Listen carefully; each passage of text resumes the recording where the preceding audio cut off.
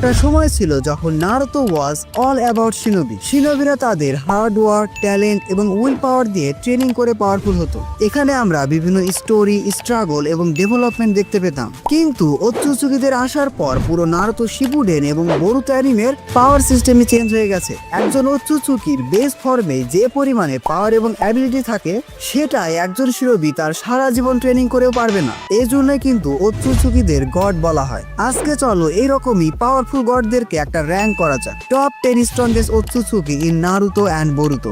এর মধ্যে নাম্বার 6 থেকে নাম্বার 3 পর্যন্ত র্যাঙ্কিং অনেক বেশি ইন্টারেস্টিং। আর হ্যাঁ, আমি এখানে মাঙ্গা ইনক্লুড করছি না, জাস্ট অ্যানিমে। নাম্বার 10, টোনেরি ওৎসুৎসুকি। টোনেরি তার ব্যাকুগানকে টেনসেগানে ইভলভ করার পর অনেক বেশি পাওয়ারফুল হয়ে গিয়েছিল। তার কাছে পুরো মুন অর্থাৎ চাঁদে কমপ্লিট কন্ট্রোল ছিল। সে যখন ইচ্ছা তখন পৃথিবীকে ডিস্ট্রয় করতে পারত।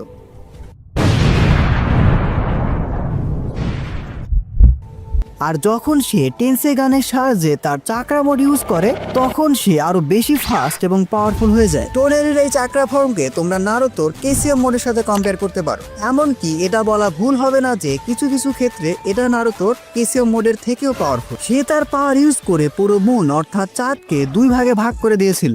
এমনকি টোনেরি তার চাকরা মোডে ট্রুথ সিকিং অর্ব ইউজ করতে পারে, যেটা ডিফেন্স এবং অফেন্সিভ অ্যাটাকের জন্য অনেক বেশি হেল্পফুল। তবে এত পাওয়ারফুল হওয়ার পরেও টোনেরির একমাত্র ভুল ছিল কি জানো? হিনাটাকে পছন্দ করা। কারণ তোমরা সবাই জানো হিনাটাকে কেউ তুলে নিয়ে গেলে নারুতো ঠিক কি কি করতে পারে। বেচারা আর কাউকে পাই নাই। My dear Byakugan Princess Hinata, let us be married.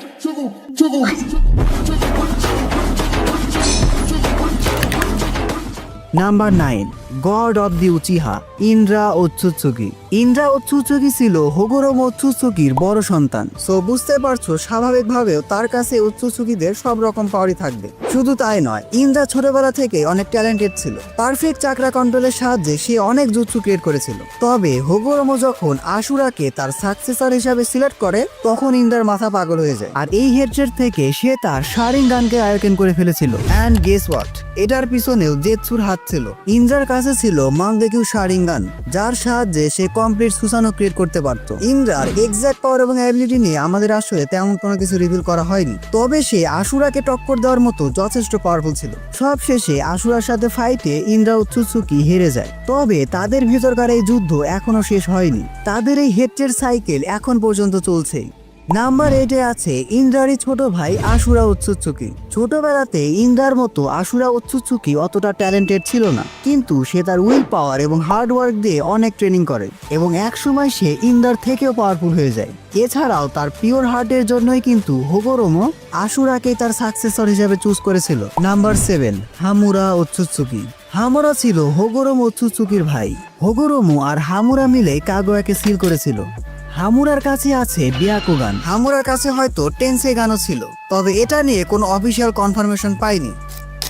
Number 6, Hagoromo Otsutsuki, the sage of six path. Naruto শিপুডেনে কাগুয়ার পর সেই ছিল সবচেয়ে পাওয়ারফুল ক্যারেক্টার। হোগোরোমোর কাছে আছে হিউজ চাকরা এবং দ্য রিনেগান। এমনকি তার কাছে রিনে শারিঙ্গানও ছিল। হোগোরোমো ওৎসুৎসুকিকে তোমরা পিওর গড বলতে পারো, কারণ সে যে কোনো কিছু ক্রিয়েট করতে পারত। নট অনলি ক্রিয়েট, বাট সেটাতে প্রাণও ফিরে দিতে পারত। এই পাওয়ার ইউজ করে সে 10 টেলস থেকে 9টা টেল বিচ বানিয়েছিল।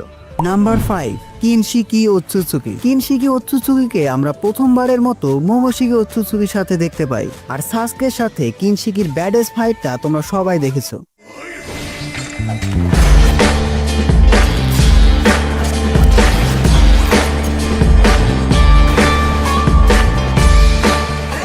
সাসকে কিন্তু সেই সময় অনেক বেশি পাওয়ারফুল ছিল, কিন্তু তারপরেও কিনশিকি তাকে ওভার পাওয়ার করতে থাকে।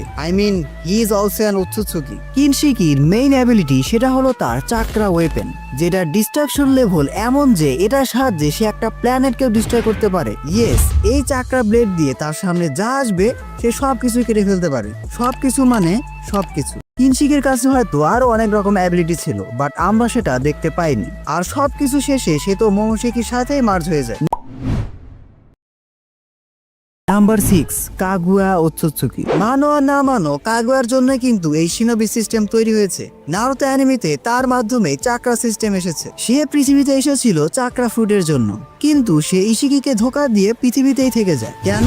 ইয়েস, ভালোবাসার জন্য, লর্ড টেনজির উপর ভালোবাসার জন্য। হ্যাঁ, একজন হিউম্যানের জন্য একজন ওৎসুৎসুকি তার পুরো ক্ল্যানকেই ধোকা দিয়েছিল। অ্যাজ অ্যান ওৎসুৎসুকি কাগুয়া অনেক বেশি পাওয়ারফুল ছিল, তবে চাকরা ফুড খাওয়ার পর সে আরো বেশি পাওয়ারফুল হয়ে যায়। একটু খেয়াল করলে দেখবা যে চাকরা ফুড খাওয়ার পরে কিন্তু সে তার রিনে শারিগান আয়োজন করেছিল।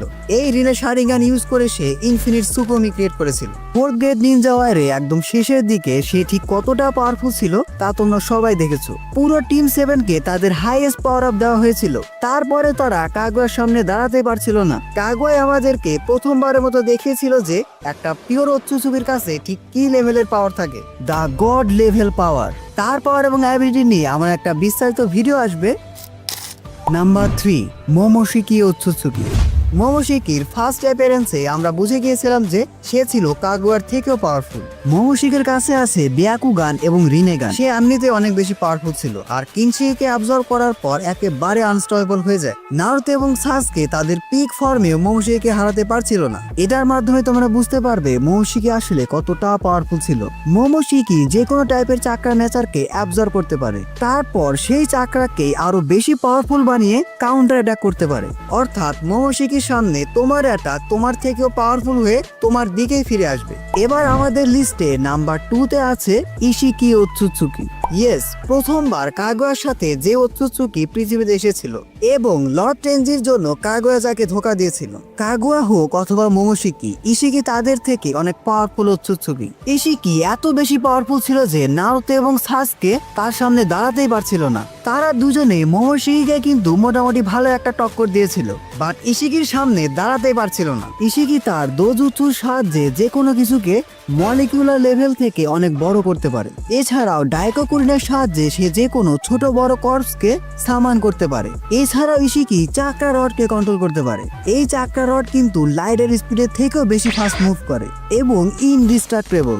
এছাড়াও ইশিকির কাছে এমন একটা ডাইমেনশনের কন্ট্রোল আছে যেখানে কিন্তু টাইমই কাজ করে না। প্লট টুইস্ট আর নারুতোর ব্যারিয়ার মোড যদি না থাকতো ইশিকিকে হারানোর মতো কেউ ছিল না। ইশিকি এতটাই পাওয়ারফুল ছিল। এবার পুরো নারুতো এবং বোরুতো অ্যানিমের সবচেয়ে পাওয়ারফুল ওৎসুৎসুকি হলো শিবাই ওৎসুৎসুকি, দ্য গড অফ অল ওৎসুৎসুকি। শিবাই হলো ওৎসুৎসুকিদেরও গড, সো বুঝতে পারছো সে কতটা পাওয়ারফুল হবে। তাকে নিয়েও আমাদের কাছে খুব বেশি ডাটা নাই, কারণ রিসেন্টলি বোরুতো অ্যানিমে তাকে ইন্ট্রোডিউস করানো হয়েছে আমাডোর মাধ্যমে। আমাডোর মতে শিবাই অনেক বেশি পাওয়ারফুল ওৎসুৎসুকি। সে অনেক আগে থেকে এক্সিস্ট করে। অন্যান্য ওৎসুৎসুকির মতো সেও এক প্ল্যানেট থেকে অন্য প্ল্যানেটে যেত চাকরা ফ্রুটের জন্য, কিন্তু সে এত বেশি চাকরা ফ্রুট কনজিউম করেছে যে সে একজন ইমর্টাল বডিলেস গড হয়ে গেছে। ইয়েস, তার কোনো ফিজিক্যাল ফর্মই নেই। বলা হয়ে থাকে সে হয়তো অন্য কোনো ডাইমেনশনে আছে। শিনোবি ওয়ার্ল্ডের জন্য এর থেকে বড় থ্রেট হতেই পারে না। যেখানে তোমরা একটা পাওয়ারফুল ওৎসুৎসুকিকে সামলাতে পারছো না, সেখানে একবার ভাবো ওৎসুৎসুকিদের গড শিবাই ওৎসুৎসুকি যদি পৃথিবীতে আসে তাকে কে হারাবে? শিবা ইউজ করে শিনজুৎসু, এটার জন্য সে অনেক বেশি পাওয়ারফুল। তবে শিবাই ওৎসুৎসুকিকে নিয়ে আমার আলাদা একটা ভিডিও বানানোর প্ল্যান আছে। আমি অলরেডি শিবাইকে নিয়ে রিসার্চ করা শুরু করে দিয়েছি। খুব শীঘ্রই হয়তো শিবাই ওৎসুৎসুকি নিয়ে ভিডিও আসবে। আর তোমরা অনেকেই বোরুতো জোগান নিয়ে ভিডিও চেয়েছো, সেটা নিয়েও কাজ চলছে। সো আজকের ভিডিওটি এ পর্যন্তই। ভিডিওটি ভালো লাগলে ভিডিওটিতে এখন একটি লাইক দিয়ে চ্যানেলটি সাবস্ক্রাইব করে ফেলো। Don't subscribe if you are not an anime fan. See you in next video.